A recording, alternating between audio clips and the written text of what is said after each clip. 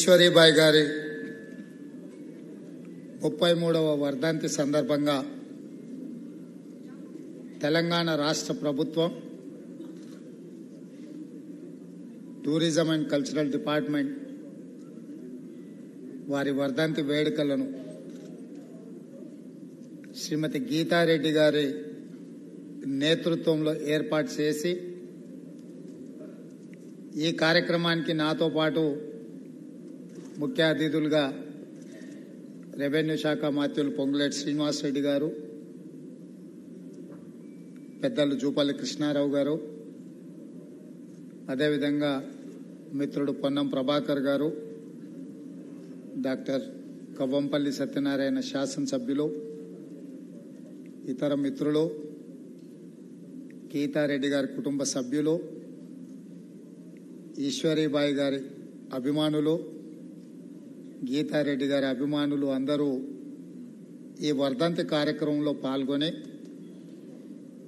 ఈశ్వరీబాయి గారు ఏ స్ఫూర్తితో పనిచేసినరో ఆ స్ఫూర్తిని తీసుకొని తెలంగాణ రాష్ట్రంలో కాంగ్రెస్ ప్రభుత్వాన్ని ఏర్పాటు చేయడానికి కృషి చేసిన అందరికీ కూడా మనస్ఫూర్తిగా అభినందనలు, కృతజ్ఞతలు. మిత్రులారా,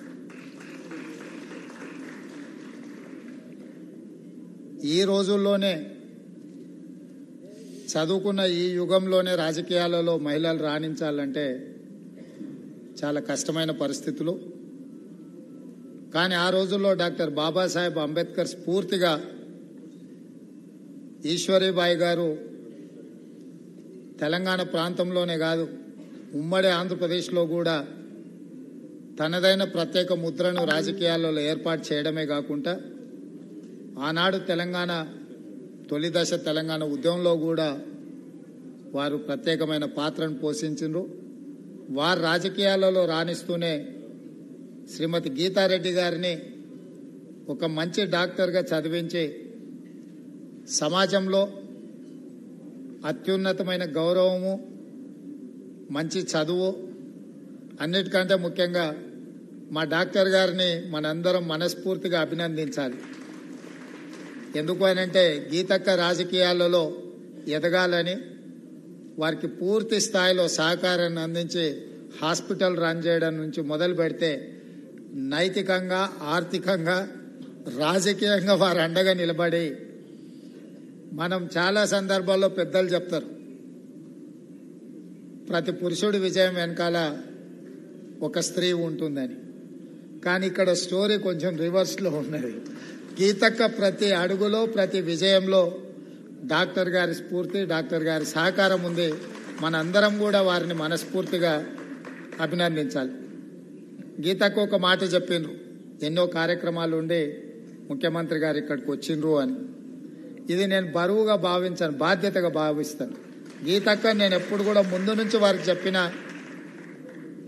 సొంతంగా మనకు ఒక అక్క ఉంటే ఎట్లా ఉండాలని మనం కోరుకుంటామో డాక్టర్ గీతారెడ్డి గారు అట్లా ఉంటారు. ఏ విషయంలో ఉన్నా కూడా వారు పార్టీని నడిపే విషయంలో కానీ, ఆందోళన కార్యక్రమాలు తీసుకున్నప్పుడు కానీ, నేను పిసిసి అధ్యక్షుడిగా చిన్న వయసులో ఉన్న వారు కార్యనిర్వాహక అధ్యక్షుడిగా అందరికంటే చాలా బెటర్ పర్ఫామ్ చేసి 100% మార్కులు తెచ్చుకున్నది గీతారెడ్డి గారు.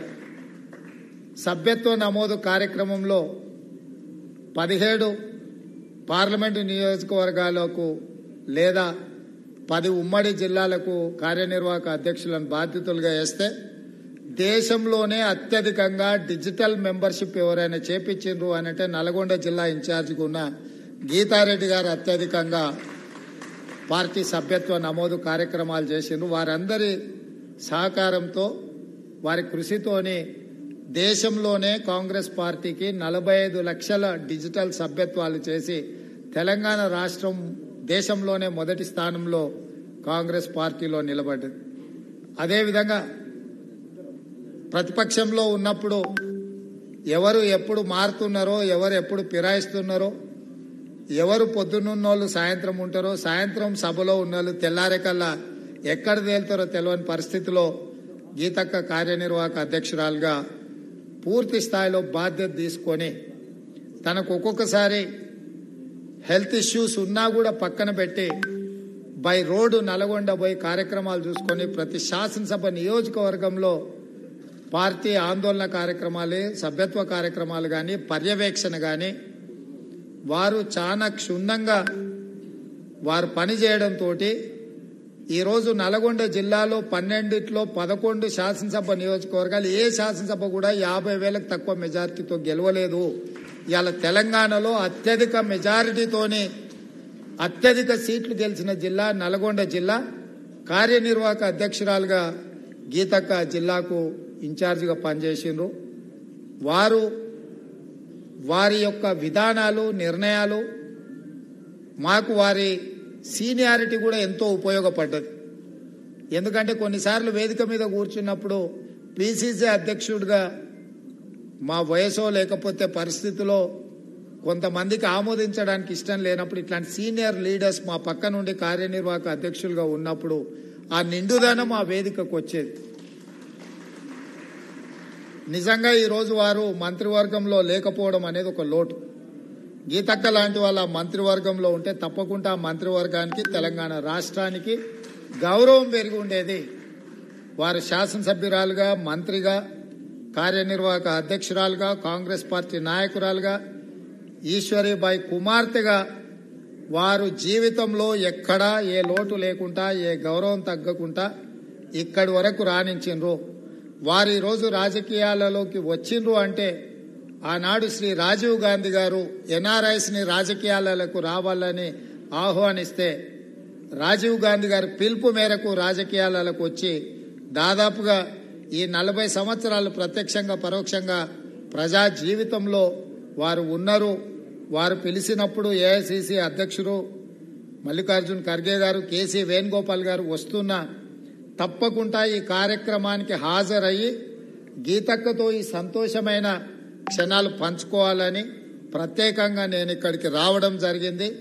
ఎప్పటికీ ఎప్పుడు గీతక్క మా అక్కనే, మా పెద్దక్క, మంచికి చెడ్డక అన్నిటికీ ఆ కుటుంబానికి రాష్ట్ర ముఖ్యమంత్రిగానే కాకుండా వారి సోదరుడుగా నేను అండగా నిలబడతాను. గీతక్కకు సోనియా గాంధీ గారి దగ్గర కూడా ప్రత్యేకమైన స్థానం ఉంది. ఎప్పుడు నేను శ్రీమతి సోనియా గాంధీ గారిని కలిసినా కూడా హౌ ఇస్ డాక్టర్ గీత అని మేడం అడుగుతూ ఉంటారు. గాంధీ కుటుంబానికి వారి అత్యంత సన్నిహితులు. వారి అన్ని విషయాలలో పార్టీ అండగా నిలబడుతుంది. ఈరోజు ఈ కార్యక్రమంలో కూడా రాష్ట్ర ప్రభుత్వం సంపూర్ణంగా ఈ కార్యక్రమాలను ఏర్పాటు చేయడం జరిగింది.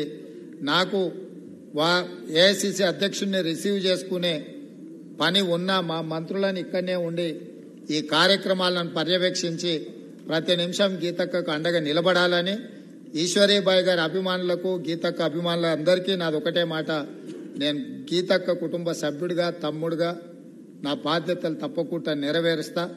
ఏ అవకాశం ఉన్నా, ఏ సందర్భం వచ్చినా ఆ కుటుంబానికి పార్టీ అండగా నిలబడుతుందని తెలియజేస్తూ మీ అందరి దగ్గర సెలవు తీసుకుంటున్నా. ధన్యవాదాలు మిత్రులారా.